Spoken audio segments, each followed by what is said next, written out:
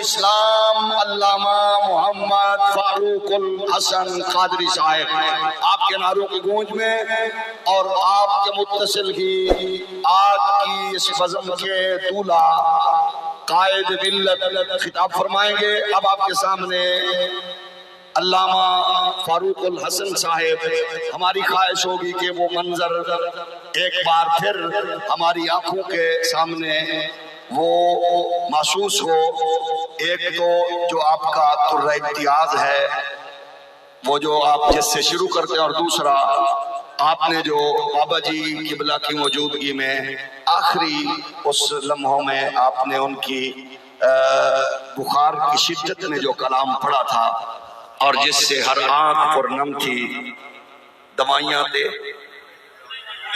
ٹونے تھے دوائیاں، بس یہ آج رات کے اس پیر آپ ہماری دوائیوں کو تجویز فرمائیں۔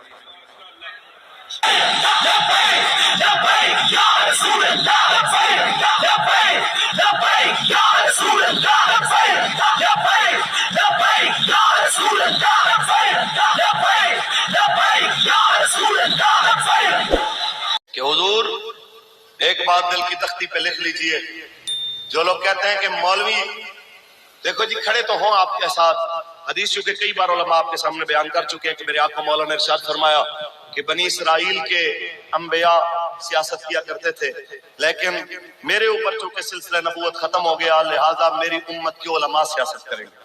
تو یہ ذمہ داری رسول اللہ نے اپنے غلاموں کو دی ہے۔ یہ کہنا کہ مولویوں کا سیاست سے کیا کام ہے، انہیں بتانا چاہتے ہیں کہ مولویوں کا ہی سیاست سے کام ہے۔ پھر کہتے ہیں جی مولوی قومی دھارے میں نہیں آتے۔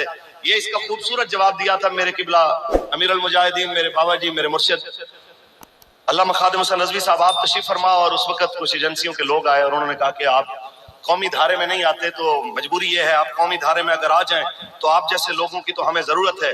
آپ نے فرمایا کیا ہے قومی دھارا؟ کہتے ہیں کہ آپ کے مدارس میں سے سائنسدان نکلنے چاہیے، آپ کے مدارس میں سے انجینئر نکلنے چاہیے۔ آپ نے فرمایا خاموش ہو، تو آج تک نا ان مولویوں کے ساتھ تیرا پالا پڑتا رہا ہے جو تیری مرضی کی باتیں کرتے ہیں۔ تو بتا کہ پاکستان کے سب سے بڑے سائنسدان ڈاکٹر قدیر خان کو مجرم مولویوں نے بنایا کہ تم نے بنایا؟ تو ہمیں باتیں کرتا ہے، ہم تو اس کو صدر پاکستان بنانا چاہتے ہیں، تم نے اسے غدار اور پوری دنیا کے سامنے مجرم بنا کے کھڑا کیا ہے۔ یہ ہمیں نہ سکھاؤ، تم یہ چاہتے ہو کہ اسلام کا اتنا حصہ بیان کریں جتنا تمہاری مرضی کا ہو، وہ حصہ بیان کریں جس کو یورپ پسند کرتا ہو۔ ہمیں وہ تمہاری مرضی والا نظریہ نہیں چاہیے، دین وہی چاہیے جو رسول اللہ لے کے آئے۔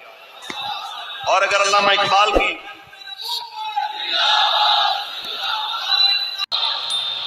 کوئی گل باقی رہے گا نہ چمن رہ جائے گا، بس رسول اللہ کا دین حسن رہ جائے گا،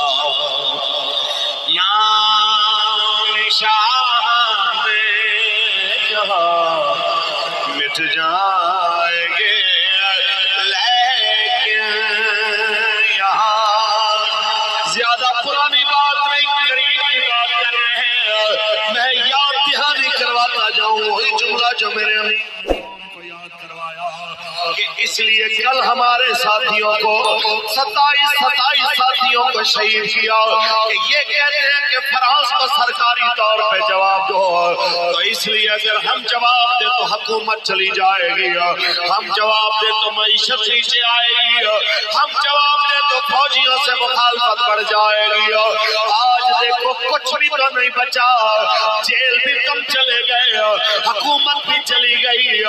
کاش تم جیل میں ناموس رسالت کے پہرے دار بن کے جاتے، گھڑی چور اور غدار بن کے نہ جاتے، آج یہ منظر نہ ہوتا۔